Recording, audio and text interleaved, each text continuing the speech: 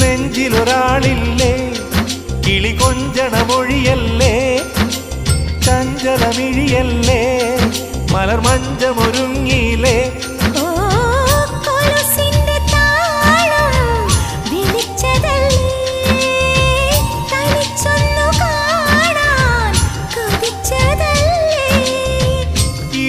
ഇടവഴിക്കാട്ടിലെ